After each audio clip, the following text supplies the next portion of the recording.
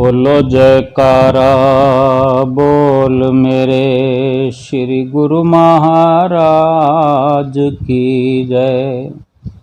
सभी गुरुमुख प्रेमियों से सप्रेम जय सच्चिदानंद।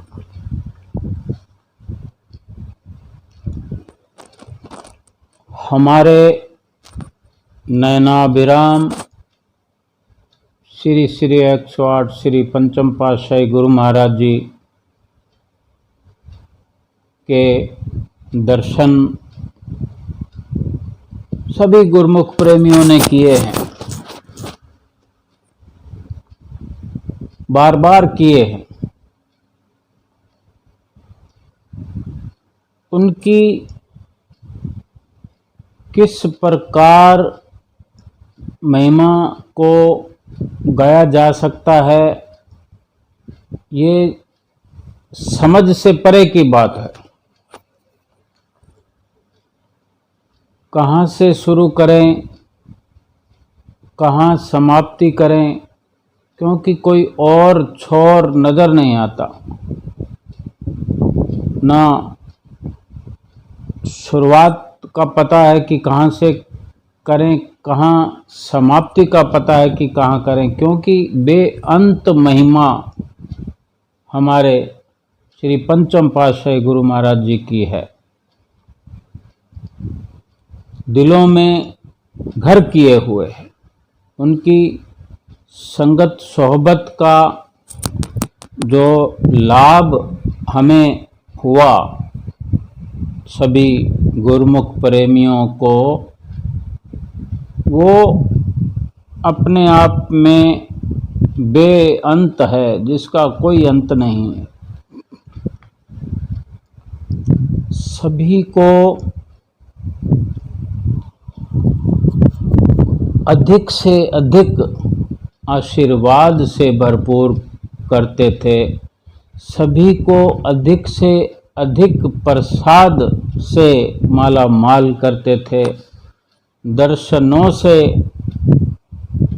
भरपूर करते थे और सब कुछ दिल से और प्यार से बड़ी ही विनम्रता पूर्वक अपने गुरुमुख प्रेमियों को सभी प्रकार की सुविधाओं से लैस करना चाहते थे हर पल, और किया। रहने की सुविधा, खाने पीने की सुविधा, यानी खाने की सुविधाओं में लंगर के अंदर हर प्रकार की सुविधा कर दी। किस प्रकार बयान करें कि लंगर के नाम पर भी इतना कुछ लंगर में शुरुआत श्री गुरु महाराज जी ने अपने समय में करवाई कि दिल भर आता था। पेट तो भरता ही था, खाते खाते दिल भर आता था। कि देखो, सुबह जब श्री आरती पूजा की समाप्ति होती है तो सीधा लंगर में आकर गुरुमुख प्रेमी नाश्ता करते हैं। कहने को नाश्ता कहते हैं, सुबह सुबह का पहला नाश्ता। और उस नाश्ते में एक दाल तैयार होती है, एक सब्जी तैयार होती है, और फिर तंदूर के फुलके मिल रहे हैं, तवे के फुलके मिल रहे हैं, खिचड़ी की भी व्यवस्था है, दलिए की भी व्यवस्था है, और एक वो सूप होता है जो थोड़ा लाचार हो, जिनकी तबीयत नासाज हो। मतलब एक सुविधा की हम महिमा कर रहे हैं, गुणगान कर रहे हैं। अचार भी मिलता है, प्याज भी होता है। ये तो सब एक लिस्ट में शामिल है कि होता ही है। इसके अलावा भी कई बार जैसे कोई त्योहार का रूप होता है तो फिर मिठाई भी होती है, आज भी होती है। एक उस वक़्त की, उनके समय की हम एक महिमा करके अपने आप को खुशहाल कर रहे हैं कि वो आनंद फिर से ले रहे हैं और लेते रहेंगे। जब जब भी बात करेंगे, जब जब भी याद करेंगे, जब जब भी गुणगान करेंगे, जब जब भी महिमा करेंगे, आत्मा आनंद विभोर हो जाएगी, मन प्रसन्न हो जाएगा, होता रहेगा। हम जितना चाहे कर सकते हैं, बार बार सुन सकते हैं, बार बार ये महिमा गा सकते हैं। वो सब यादें हमारे मस्तक पर यूं दिखाई देने लगेगी जैसे हम अभी अपने पंचम पातशाही गुरु महाराज जी के दीदार साक्षात कर रहे हैं। जब चाहे कर सकते हैं इस प्रकार से। जब जब लीला किया करते थे, जब जब कहीं मुहूर्त हुआ करता था, क्या वो नज़ारे होते थे, आज भी होते हैं। आज हुजूर गुरु महाराज जी की चरण शरण में भी उसी प्रकार, उसी तरह बढ़ चढ़ कर आनंद विभोर कर देने वाले नज़ारे हो रहे हैं।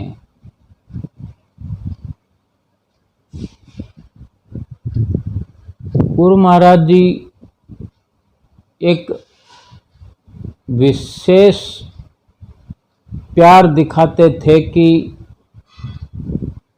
कोई ऐसा है नहीं जो इतना प्यार लुटाता हो निष्काम भाव से। संसार के अंदर सब तरफ, हर कोने में, हर दिशा में स्वार्थपरता है, सकामता है,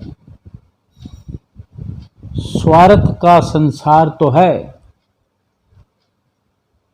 केवल श्री गुरु महाराज जी ने आरती में हमसे नहीं गवाया, केवल आरती में ही नहीं लिखवाया, बल्कि हमारे रोम रोम पर लिख दिया है कि श्री गुरु महाराज जी ने हर क्षेत्र में, यानी हर पल, हर तरह से, किसी भी नज़रिए से देख लो, निष्कामता नज़र आती है। श्री आनंदपुर दरबार के कण कण में निष्कामता नज़र आ रही है। ये श्री गुरु महाराज जी के हम पर उपकार हर पल, हर बार, बार बार लगातार होते रहे हैं, आज भी हो रहे हैं। हम वर्णन नहीं कर सकते। किसी भी जगह पर किसी भी कार्य को करना होता था, आपने अंजाम देना होता था, तो उसको कितनी उत्सुकता से इसको जल्दी से जल्दी पूर्ण किया जाए, ताकि हम जैसे गुरुमुख भाई बहन, गुरुमुख प्रेमी उसका लाभ उठाएं। हमसे ज़्यादा हमारे श्री गुरु महाराज जी को प्रसन्नता होती थी। हमें खिलाकर प्रसन्न होते हैं, पानी पिलाकर प्रसन्न होते हैं। तभी तो जगह जगह पर ठंडे पानी की व्यवस्थाएं आपने करवाई कि गुरुमुख प्रेमी जिधर से भी, जिस रास्ते से गुजर जाएं, ठंडे पानी का सेवन करके हमारा तन, मन और आत्मा सब ठंडक से भरपूर हो जाए। पानी नहीं, अमृत के समान एहसास हो जाता है दरबार में चलते हुए, जब ठंडे पानी की जो व्यवस्था देखते हैं, जो उसका रसपान करते हैं, अमृत के तुल्य वो पानी लगता है।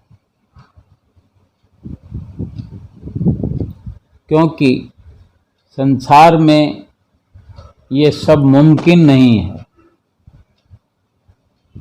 अलग एक श्री गुरु महाराज जी ने अपने गुरुमुख प्रेमियों के लिए इस धराधाम पर अवतरित होकर बैकुंठ को साक्षात उतार दिया हो सकता है बैकुंठ में कुछ ऐसी चीजें हों जो शायद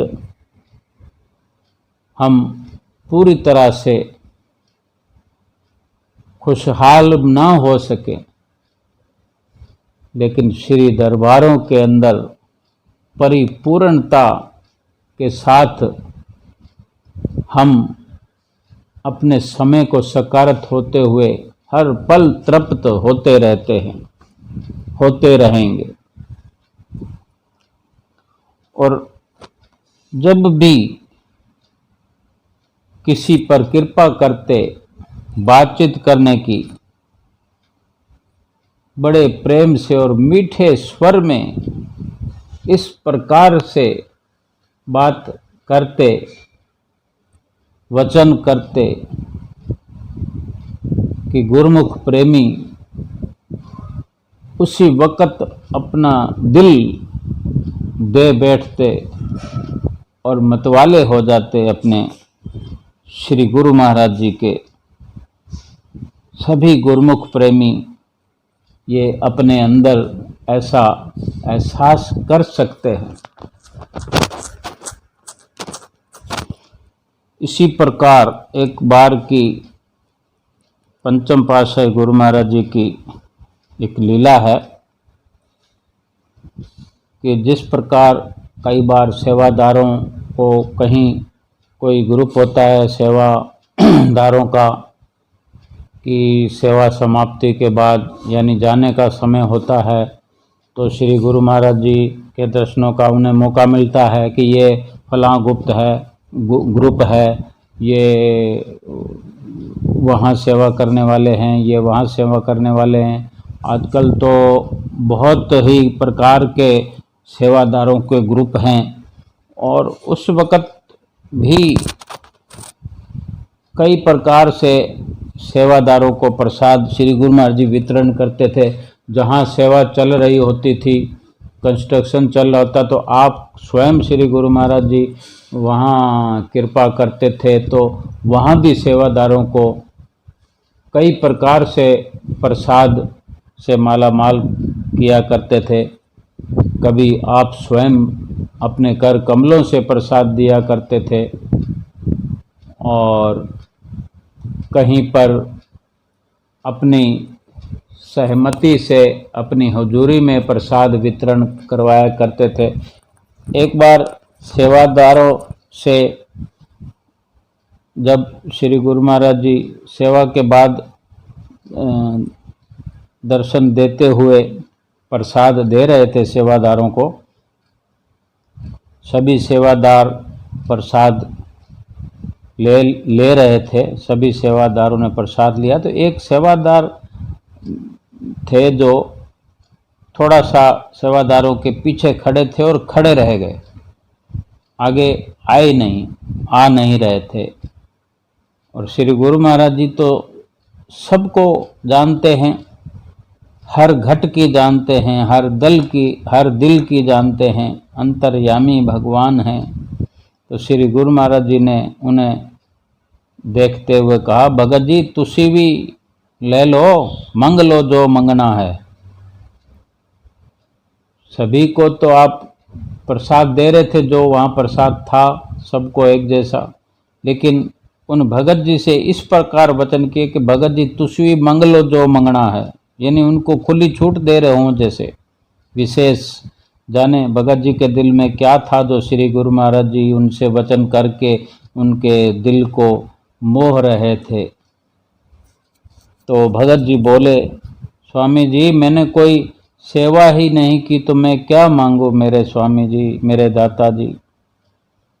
फिर श्री गुरु महाराज जी ने वचन किए, सोच लो कोई तो सेवा कीती होनी है। तो फिर भगत जी बोले, मुझे तो याद नहीं स्वामी जी, जब मैंने कोई सेवा नहीं की तो मैं प्रसाद भी कैसे लूं। फिर श्री गुरु महाराज जी दोबारा बोले, कोई तो सेवा कीती होनी है भगत जी। तो फिर वो कहते मुझे याद नहीं। श्री गुरु महाराज जी बोले, कोई गल नहीं, तुहानू याद नहीं तो असी दस देंदे हां। फिर श्री गुरु महाराज जी फरमाते हैं कि तुहानू याद है तुसी एक बारी झाड़ू दा एक तिनका ਜਿਹੜਾ झाड़ू तो अलग होया पिया सी, उस तिनके नू लैके तुसी ਉਹ ਜਿਹੜਾ ਤਿਨਕਾ ਸੀ झाड़ू ਦੇ ਵਿੱਚ ਮਿਲਾ ਕੇ ਉਹਦੇ ਵਿੱਚ ਪਾਇਆ ਸੀ, झाड़ू ਦੇ ਨਾਲ ਜੋੜ ਦਿੱਤਾ ਸੀ। फिर वही झाड़ू बहुत देर तक सेवा विच इस्तेमाल होंदा रहा, जिस वजह नाल तुहाडी सेवा तो बनी है ना। और वो सेवादार भगत जी ये सुनकर हैरान हुए और उनकी आंखों में आंसुओं की धारा बह निकली कि श्री गुरु महाराज जी इतनी सी सेवा को इतना बड़ा चढ़ा कर वचन कर रहे हैं। उस वक़्त क्या गुरुमुख की उसकी दशा हुई होगी कि इतनी बड़ी कृपा श्री गुरु महाराज जी की, जो अच्छी तरह से जतला भी रहे हैं कि थोड़ी सी सेवा भी श्री गुरु महाराज जी के चरणों में मंजूर हो जाती है, तब जब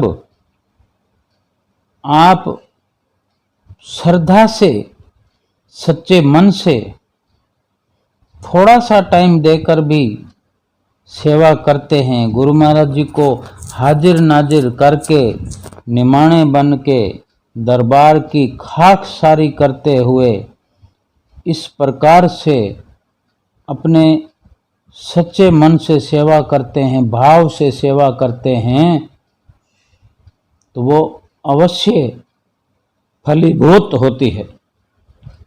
और ये तो